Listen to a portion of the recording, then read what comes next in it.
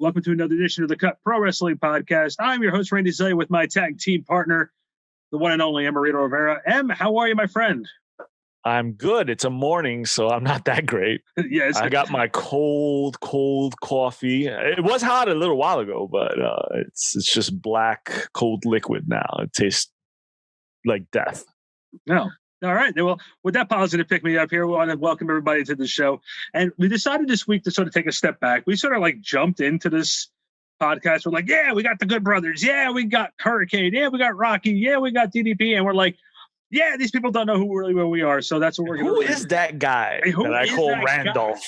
Yeah, who is that guy, Emerito, who has a video game store? So we decided to take a little diversion this week and sort of just take a quick break and introduce ourselves to the audience so you can understand who we are. And for those who don't know me, again, my name is Randy Zellea. I am the founder and owner of backsportspage.com. I have other shows on that little network of programming, Off Topic and the Hardwood Huddle, and I'm jumping on the football shows all the time because I am also a New York Giants beat writer. And I'm also a big wrestling fan. Otherwise, I would not be doing this show. And my partner in crime over here is someone who I met back in 2016. He was nice enough to open a retro video game store right around the corner from my house at the time. And since then, we've become good friends. And his name is Emerito Rivera. So, fast forward 4 years, we're hosting a podcast together. Yeah, I think your biggest mistake was coming in that day and going, yeah, I like wrestling. And the rest was just downhill ever since then. My life has taken some weird turns since. I think that I remember you came in years ago. And you're like, yeah, man, I like wrestling. You're like, wrestling? I like wrestling too. I was like, we're like two dogs like smelling each other. Like, you like wrestling? Really? Like, who's your favorite wrestler? And that's the funny thing too, like the conversation with that, and like that was before we were still like, brainwashed with WWE. Oh yeah, WWE, WWE, and it was like, all right, let's watch WWE then. What's crazy is that AEW came along, because we used to be like just WWE guys. We would watch every pay-per-view at the store, and here we are now. We've opened our eyes to so much more. AEW came along. It reminded me, I used to watch New Japan when the tapes used to come out. The fan tapes would come out in the 90s. So I was exposed to New Japan back then, but nothing ever since. So AEW comes along. It reminds me that New Japan is still around and I can watch it online. Here I am watching it online. Now we're watching AEW, New Japan. He's actually watching New Japan right now while doing this show. I'm going to do that after this show. I still got to catch up on World Tag League and Super Junior. And then now Super J Cup is coming up. I don't have enough time. Thankfully, I don't have a life, so I can catch up.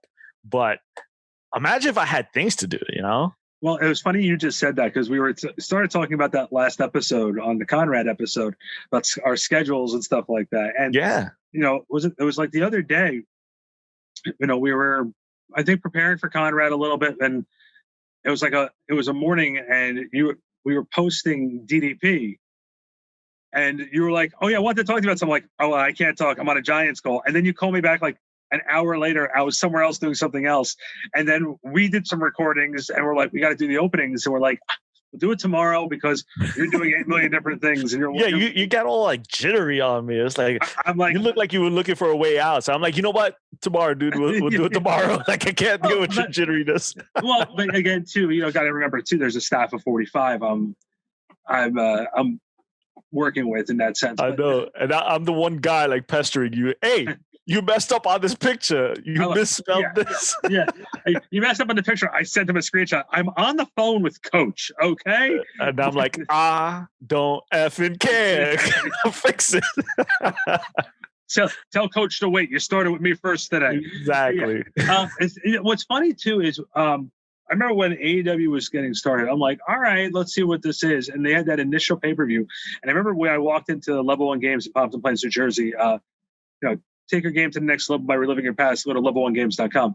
And I walked in there and see how I did that? That was nice. Yeah, I like it.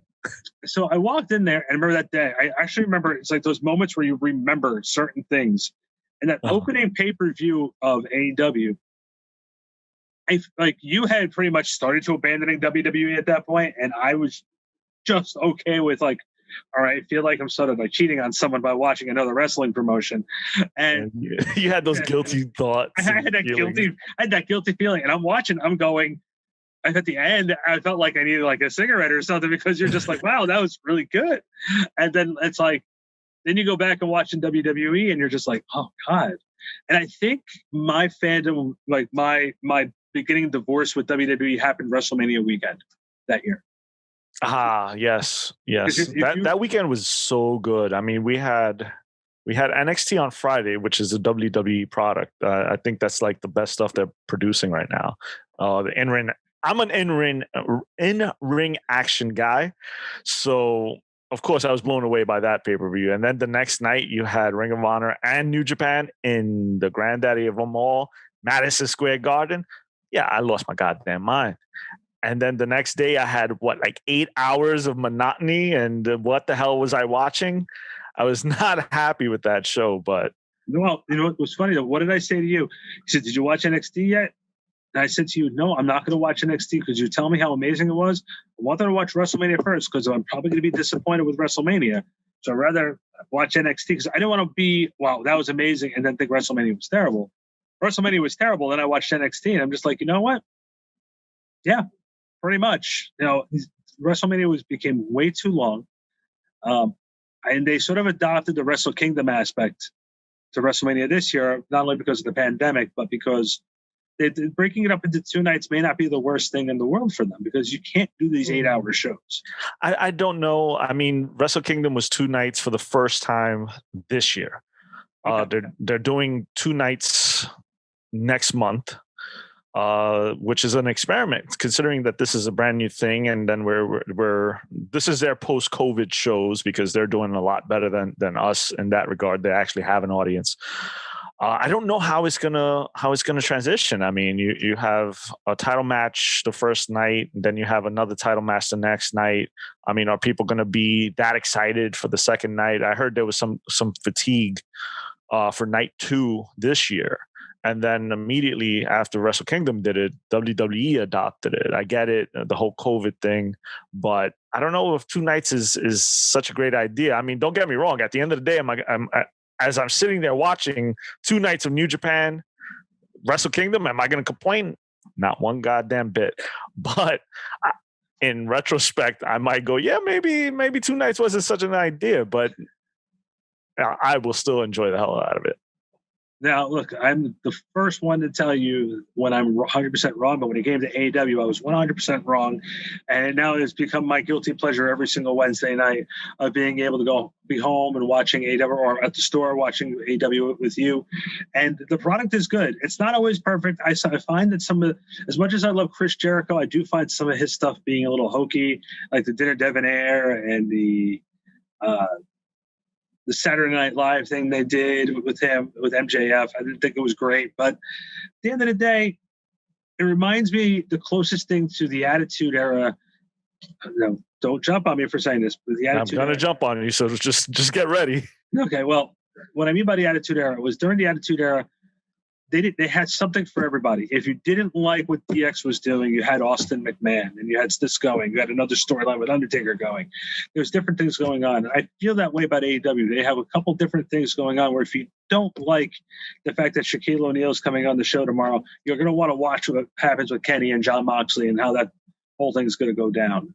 So I think there's a whole bunch of different things that they're doing, whereas WWE has 1 or 2 storylines for each show, and then everything else is just filler. I mean, yeah, you can look at it like that, but I think we romanticized the Attitude Era a lot since we were young and it was exciting and it was new. But when we really go through the Attitude Era, there was a lot of crap. I mean, just unadulterated crap. But again, people like crap. You know what I mean? Like Mark Henry and Mae Young gave birth to a hand. All right, so. It's a hand. We can't sit there and say this was the golden age. I mean, it was good. It was fun. No. What I mean was not the best, though. What I mean was, if you turned on Raw back at that point in time, when you saw the Godfather was coming down with the Ho Train, he had his segment, and you knew what he was doing at that point. Well, that was another thing. He came down, and you just said it. He came down with the Ho Train. Like you're saying this in 2020, and you're not seeing a problem with this. So you're calling this the good era? No. I see where the era had some flaws. Okay, this got more than it was. You know what it was? The Attitude Era was Jerry Springer on steroids, and then it was the same thing. Though. But when you look at it, we still had one or two major storylines that everybody followed. We had the McMahon and the Austin. I think you could compare it to any era. It's the same thing. I think we over romanticized the Attitude Era. I agree. And I think we over romanticized the Monday Night Wars too. Oh, definitely, man. Because I'll sit there and I'll remember watching Raw first, and then I'd watch 3 hours of Nitro at what was it like? The replay would start at 11 right after. And it's like I would sit there and I would watch what's that, like 5 hours? I'd go to sleep at like 3 a.m. And then sometimes I wouldn't watch like the major matches toward the end. I would love the cruiserweights in the beginning.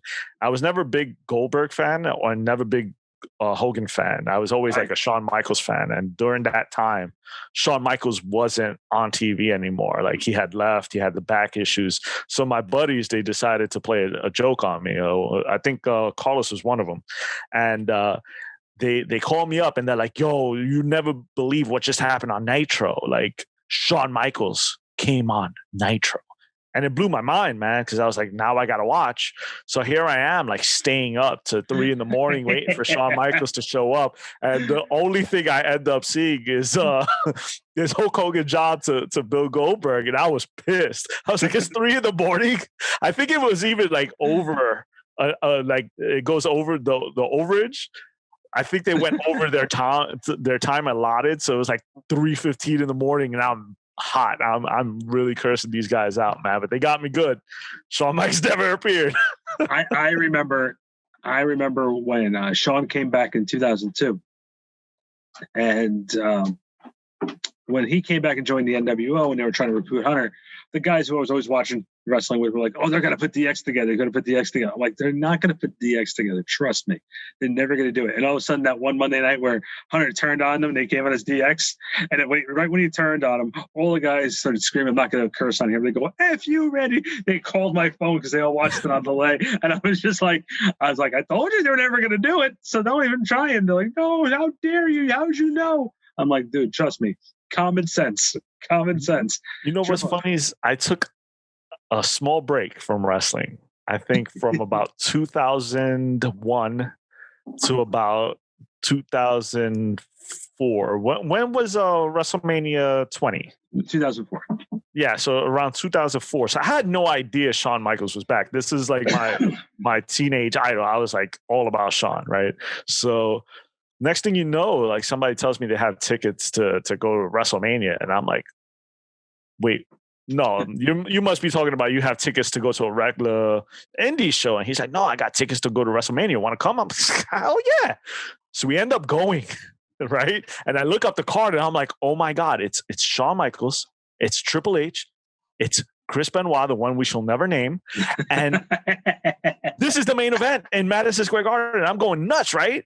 And we go and I'm all excited. I'm like, I'm going to watch wrestling for the first time in like a couple of years.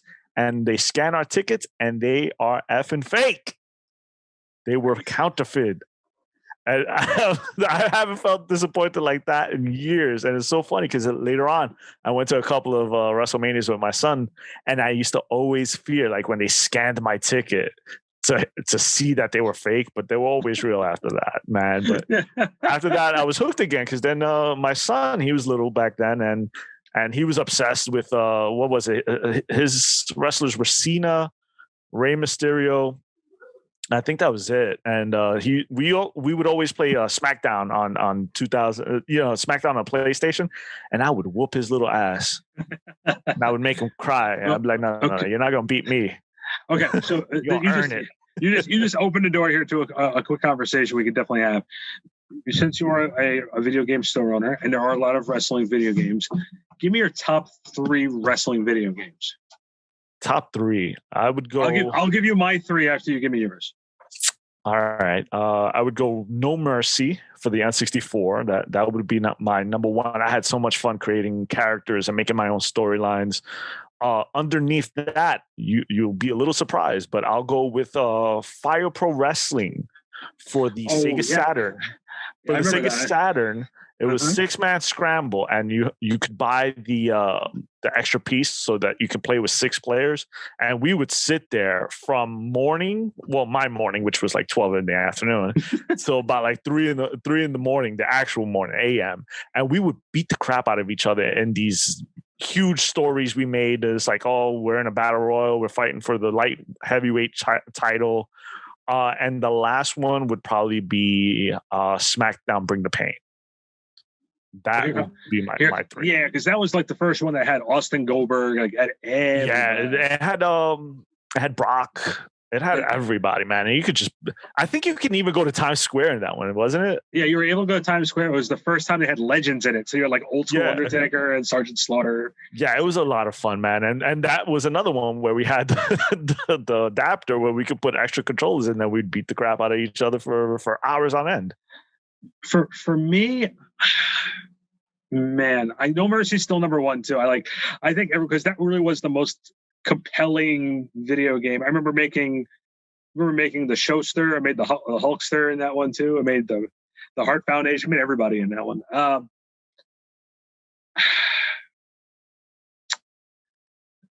For SmackDown versus Raw 2007, that was a good one. Yeah, because that was like the last time you had an easy control thing, and it wasn't complicated where you had to press like 5 buttons to get a move in. I just felt that it was much easier that way. And you know which one I also like too? I like the original Nintendo Pro Wrestling game. Oh, Jesus Christ, really? Well, that's in your top 3? Back then. Back then, you know what I mean? Like you play it back then. I remember I was hours of Starman versus Amazon. The Starman splash, the moonsault, and the Amazon. I'm just saying, I used to play that for hours on it. Listen, I'll tell you what. I have a couple of copies. Why don't you come to the store and get one? You can have that. Put it on your wall. I'll even sign it for you. Yeah, I appreciate that. And I'm going to give an honorable mention to WCW NWO Revenge, because it's almost that was good. That too was good. That was, I think, the best WCW game they ever put out. Yeah. You know, did you ever hear the story about the WCW game they put out in 1990? No. Was that Nintendo? Yeah, it was Nintendo. Super Nintendo, wasn't it? No, it was regular Nintendo, and the Road Warriors were on the cover of it. Yeah, I've had a couple of copies come into the store. Yeah, so that game released a month after the Road Warriors left WCW. Oh, Jesus. So both guys are in the game, and with their faces all over the cover of the video game, they sued WCW for royalties of the video game. Jim Herd, who was in charge of WCW at the time, we don't know how great of a job he did. He let Ric Flair walk away and go walk to WWE with their championship belt. Told the Road Warriors Road Warriors they're paying a cent. And then when they got legal action, they paid the Road Warriors $6.2 million in royalties. Dude, I don't even know what $1,000 looks like. You're talking about millions. Yeah, so that's why when Animal and Hawk kept on quitting promotions, they were fine because they had money they were sitting on. Yeah, exactly. So, God rest both of them. But at the same time, look, and like we saw, those video games were great, and wrestling is at its high peak. And there's so many different podcasts out there, and I want to salute. One of the reasons why you're now doing this show together, salute the Deep Six podcast that we were on reviewing the AEW show. Wayne does a good job over there. And, one of the things that we want to do with this show is just for us to A, have fun, and B, and do some good interviews. And, we just enjoy the time we have with each other. You know what I mean? Oh, definitely. And that's what it's about, man. We're watching wrestling. I take a lot of inspiration from some of the podcasts I listen to. I listen to Talking Shop religiously. Every Sunday, I'm working out and I'm listening to Rocky and the Good Brothers, like tickling me, man. They're hilarious. I listen to Wrestle Rap, which it was weird because I don't like rap, but it's pretty good. And he's a New Yorker. So I gotta represent. He's from Staten Island, though. So that's one strike against him, but I'll forgive him. I also listen to Thomas Island. because I'm a huge Tama fan. Do you want to tell that story real quick with us? That we asked him to be on the show. And No. That's backstage privilege stuff. We can't divulge. So let's just say he won't be on anytime soon. You never know. Listen, maybe we could convince him to come on. Never say never. Never in this business say never. I go on the limb, and I'm gonna go on a limb and admit this. I'm a huge fan. I would love to have Tama Tonga on this show to just talk. We'll talk about whatever he wants. We can talk about the goddamn weather or the virus or anything. What's his favorite burger? Does he like cheese on it? I think that he's an interesting dude. And I said it, man. I would love to have him and his brother. Wow. With that being said, too, obviously we've had Conrad on, we've had DDP on, we've had the Good Brothers and Rocky on, and of course Chris Van Vliet. We always seem to look over Chris Van Vliet. Yeah, man. Why do we do that? He's a really, really cool dude, and he gave us a lot of pointers, and he has a ton of experience and has his own title belt. Like, we can't forget that part. And his own his own championship belt. Not even the belt, the Emmys. We're like, he's got his own championship belt. What about the Emmys? No, he's got a championship. No Emmys. We're wrestling fans. We care about that belt more than when the actual things that matter, you know. Real quick, also we want to thank Andrew Fume. Andrew.fume94@gmail.com. He's the one who produces the show. If you guys have any video work that you need done, give him shoot him an email. I'm sure he'll put his information here right up here on the screen when you're watching this, or That's another cool dude. I met him at the store, and he's been great and helping us out, keeping us looking good. Because, like I said earlier, we suck, and we couldn't do this without him. We couldn't shine without his expertise. So, thank you so much, dude. Yeah, thank you so much, Andrew. And if matters where we're airing this, so we're instead of trying to single out holidays, we're going to say Happy Holidays and Happy New Year, because at this point in time, there's a lot, and we don't know when this is going to air. It's probably going to air. I think closer to Christmas or something. Well, I think this is going up Christmas week. So Merry Christmas, guys. Merry Christmas. Hanukkah Go will to be the over. store for last minute gifts. We'll be open. From 12 to 7. mention the Cut Pro Wrestling Podcast, and you get to meet him. Yes, I'll sign your receipt. After you sign it. Follow the Cut Pro Wrestling Podcast at backsportspage.com.